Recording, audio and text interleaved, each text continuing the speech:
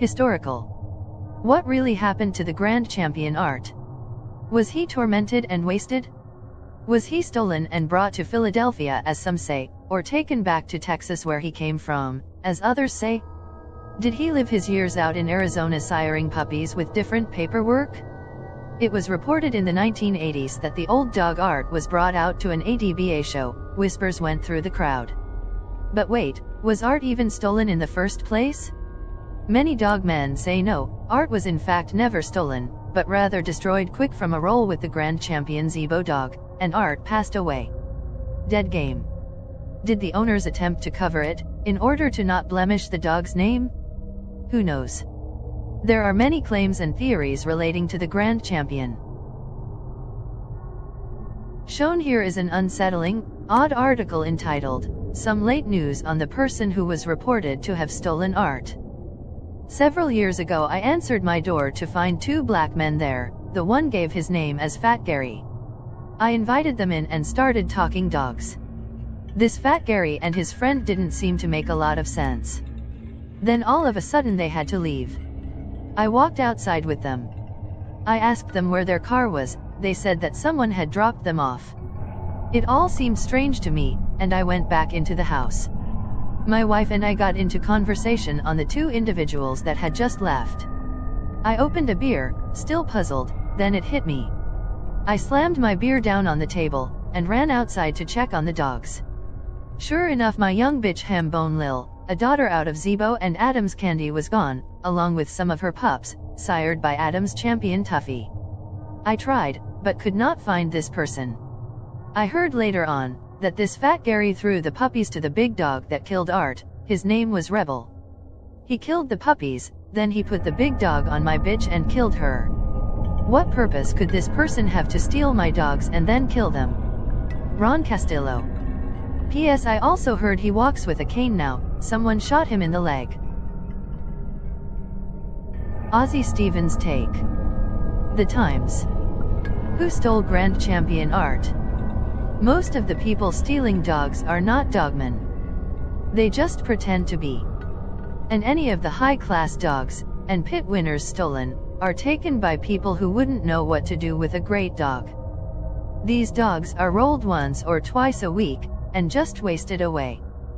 Dog thieves won't bring the dog out where everyone can recognize him. And their friends are quite protective of each other, and won't report them.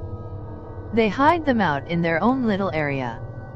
These dog thieves are most always inexperienced assholes, that couldn't take care of a pet hamster, let alone a high-performance animal such as a true pit dog.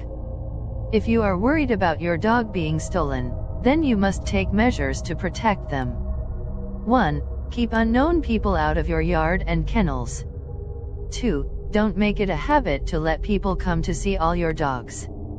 3. Someone should always be home to keep an eye on your dogs. Grand champion Art was bought from Jim Stinson of Texas. He had won 5 fights. Dave Adams and Bruce Crutchfield bought Art for $2,500 after Crutchfield lost to Art in a match. They matched and won over Phil Kumper's Polar, as his name implies he was a white dog. This match went 1 hour 12 minutes. Art was now just over 3 years old, and didn't even have so much as a chipped tooth and was in perfect health.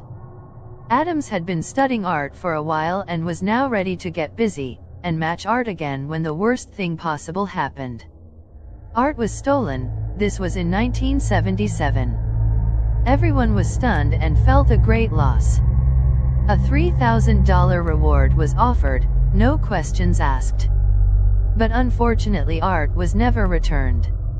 Richard Stratton wrote Art probably spent the rest of his life with people who couldn't qualify to carry his water. But this was not the case, as Art did not live out his life with these people. They were too stupid. Many people would travel from good distances to see grand champion Art. There was always a lot of action going on at Adams' place. And, along with the good dog people, a certain percentage of lowlives would come. One of these people came back at night and stole Art. As the years went by, Art was forgotten.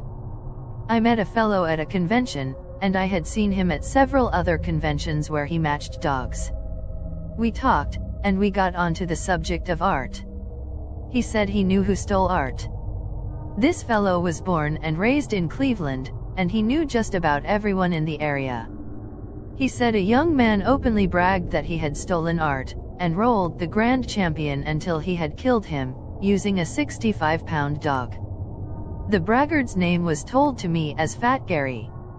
For someone to steal a valuable dog like Art and just take him and waste him is ridiculous.